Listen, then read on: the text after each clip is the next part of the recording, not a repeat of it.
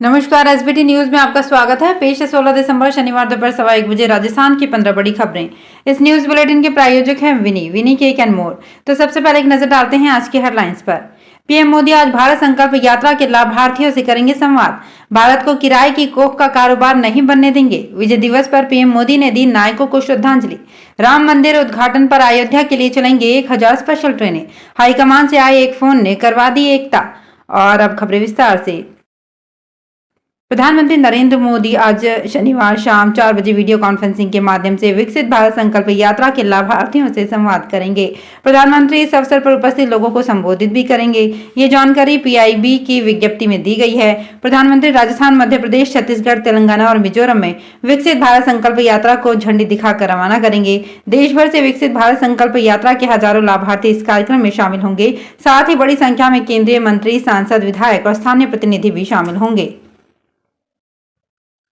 Delhi high court ने कहा है कि भारत को किराए की कोख का कारोबार नहीं बनने देंगे। लोगों को सोच बदलनी चाहिए, गोद लेने को बढ़ावा देना चाहिए। कोर्ट ने ये टिप्पणी कनाडा में रहने वाले भारत मूल के दंपति की याचिका पर सुनवाई के दौरान की। याचिकाकर्ता ने सैरोगेसी डोनर पर बैन लगाने के लिए केंद्र सरकार की ओर से जारी 14 मार्च की अधिसूचना को चुनौती दी थी। जस्टिस मनमोहन और जस्टिस मिनी पुष्कर की बेंच ने कहा कि दंपति कनाडा में ही सैरोगेसी की सुविधा ले सकते हैं, लेकिन वो एक खास वजह से भारत आ रहे हैं, क्योंकि यहाँ आर्थिक असमानता है जिससे वो यहां किराए पर कोख ले सकते हैं। सुनवाई के दौरान बेंच ने कहा कि बड़ी संख्या में रिसर्च से पता चलता है कि भारत सैरोगेसी की राजधानी बन गया है। देश में आज विजय दिवस मनाया जा रहा है। इस अवसर पर पीएम मोदी ने 1971 युद्ध में पाकिस्तान पर भारत की जीत के नायकों को श्रद्धांजलि दी। पीएम मोदी ने सोशल मीडिया प्लेटफॉर्म एक्स पर लिखा कि आज विजय दिवस पर हम उन सभी बहादुर नायकों को श्रद्धांजलि अर्पित करते हैं जिन्होंने 1971 में भारत की सेवा करते हुए एक निर्णायक जीत सुनिश्चित की थी। पीएम ने आगे लिखा कि उनकी वीरता और समर्पण देश के लिए बेहद गर्व का स्रोत है। उनके बलिदान और अटूट भावना हमेशा लोगों के दिलों और हमारे राष्ट्र के इतिहास में अंकित रहेगी। भारतीय रेलवे ने राम मंदिर के उद्घाटन के लिए अयोध्या में 1000 ट्रेनें चलाने की योजना बनाई है। उद्घाटन समारोह से पहले 19 जनवरी से ट्रेनों का संचालन शुरू हो जाएगा। भगवान श्री राम की मूर्ति की प्रतिष्ठा के बाद 23 जनवरी से मंदिर जनता के लिए खुला रहेगा। अयोध्या को दिल्ली, मुंबई, चेन्नई, बेंगलुरु, पुणे, कोलकाता, नागपुर, लखनऊ और जम्मू से जोड़ा जाएगा। यात्रियों की भीड़ को संभालने के लिए अयोध्या स्टेशन को नया रूप दिया गया है। IRCTC भी 24 घंटे खानपान सेवाएं प्रदान करेगा। भजनलाल शर्मा के मुख्यमंत्री का पद संभालने के मौके पर सियासी एकता दिखाने की रणनीति अपनाई गई है। जयपुर में सीएमओ में भजनलाल शर्मा के चार्ज संभालने के मौके पर पूर्व सीएम वसुंधरा राजे से लेकर राजस्थान के सभी केंद्रीय मंत्री, वरिष्ठ नेताओं का जमावड़े के पीछे सियासी एकता दिखाने का मैसेज दिया गया है। नए मुख्यमंत्री के चार्ज संभालने के मौके पर पहली बार इस तरह का जमावड़ा देखा गया है। पार्टी सूत्रों के अनुसार हाईकमान के आदेश पर ही सभी नेता भजनलाल के चार्ज संभालने के मौके पर जुटे थे। प्रधानमंत्री फसल बीमा योजना का पंजीकरण रबी सीजन के लिए भारत के सभी राज्यों और केंद्र शासित प्रदेशों में लगातार जारी है। पंजीकरण की तिथियां भी जारी कर दी गई है, जो अलग अलग प्रदेशों के लिए 15 से 31 दिसंबर के बीच रखी गई हैं।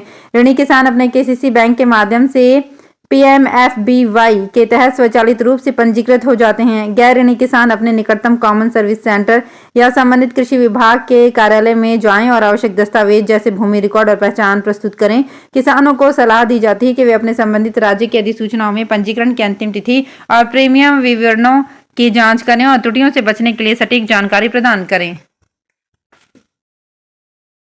जयपुर के रामनिवास बाग में मुख्यमंत्री शपथ ग्रहण समारोह में प्रधानमंत्री नरेंद्र मोदी व केंद्रीय गृह मंत्री अमित शाह के साथ ही कई राज्यों के मुख्यमंत्री व केंद्रीय मंत्री पहुंचे थे। ऐसे में शुक्रवार को एक के बाद एक VIP कारकेड गुजरने के कारण काफी देर तक JLN मार्ग को बंद रखा गया। प्रधानमंत्री के अलावा 35 से ज्यादा VIP कारकेड गुजरे। इधर शपथ समारोह में शामिल होने के लिए राज्य के अलग अलग जिलों से 1000 से ज्यादा बसें और 6000 से ज्यादा कारों में लोग सवार होकर पहुंचे।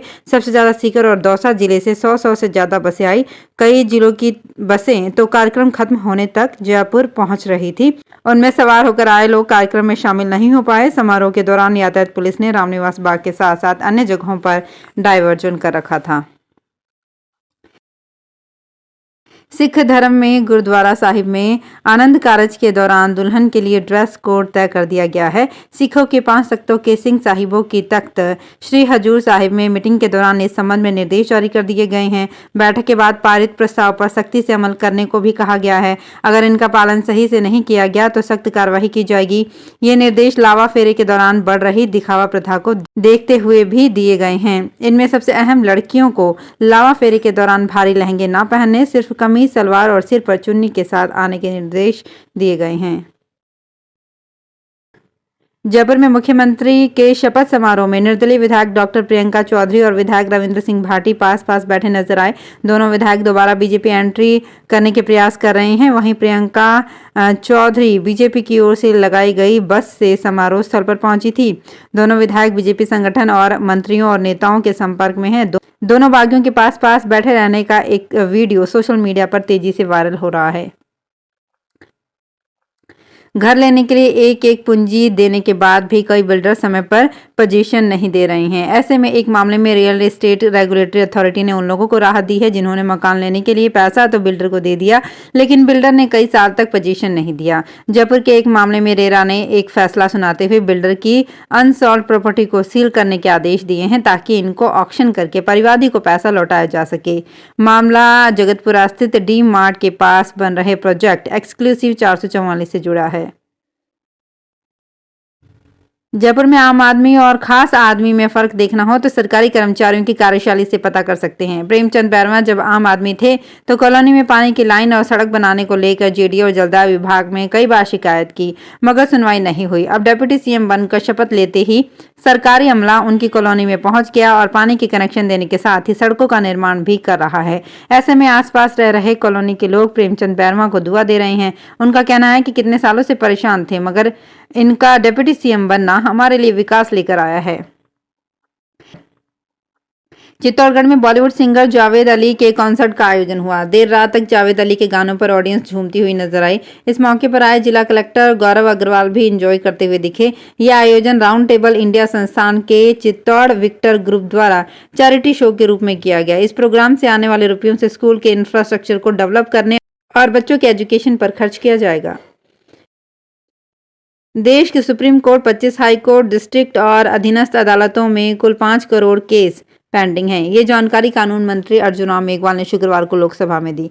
कानून मंत्री ने एक सवाल के जवाब में बताया कि 1 दिसंबर तक 5,08,85,856 केस देश भर की अदालतों में सुनवाई के लिए बाकी हैं। इनमें से 61 लाख से ज्यादा केस 25 हाई कोर्ट में पेंडिंग हैं। 6 महीने में सुप्रीम कोर्ट के पेंडिंग केस 10,000 बढ़े। अर्जुन राम ने बताया कि मौजूदा समय में 80,000 केस सुप्रीम कोर्ट में लंबित हैं। इनकम टैक्स विभाग ने झारखंड से कांग्रेस के राज्यसभा सांसद धीरज साहू के 10 ठिकानों पर छापेमारी कर 350 करोड़ रुपए नकद बरामद किए। ये छापेमारी 6 दिसंबर को शुरू हुई थी, जो 15 दिसंबर को खत्म हुई। 10 दिन तक झारखंड, ओडिशा और पश्चिम बंगाल में की गई छापेमारी में 350 करोड़ रुपए से ज्यादा का कैश बरामद हुआ है। इस छापेमारी के 10 दिन बाद धीरज साहू शुक्रवार को मीडिया के सामने आए और कहा कि ये सारा पैसा उनका नहीं है, बल्कि उनके परिवार और फर्म का है। वे हर चीज का हिसाब देंगे। उन्होंने ये भी कहा कि इस पैसे का कांग्रेस या किसी और पार्टी से कोई लेना देना नहीं है। पहाड़ों की रानी शिमला में क्रिसमस और न्यू ईयर सेलिब्रेशन के लिए खास इंतजाम किए जा रहे हैं। शिमला में पहली बार 25 से 31 दिसंबर तक विंटर कार्निवाल आयोजित होगा। इस दौरान रिज और माल रोड पर जगह जगह सांस्कृतिक कार्यक्रम और होटलों में डीजे पार्टी चलेगी। विंटर कार्निवाल में रिज पर महिलाएं महानाटी डालेंगे। ये कार्निवाल के आकर्षण का केंद्र रहेगी। 7 दिन तक चलने वाले कार्निवाल में सभी जिलों के नामी कलाकार पर्यटकों का मनोरंजन करेंगे। तो फिलहाल इस बुलेटिन में इतना ही। फिर हाजिर होंगे कुछ और बड़ी खबरों के साथ।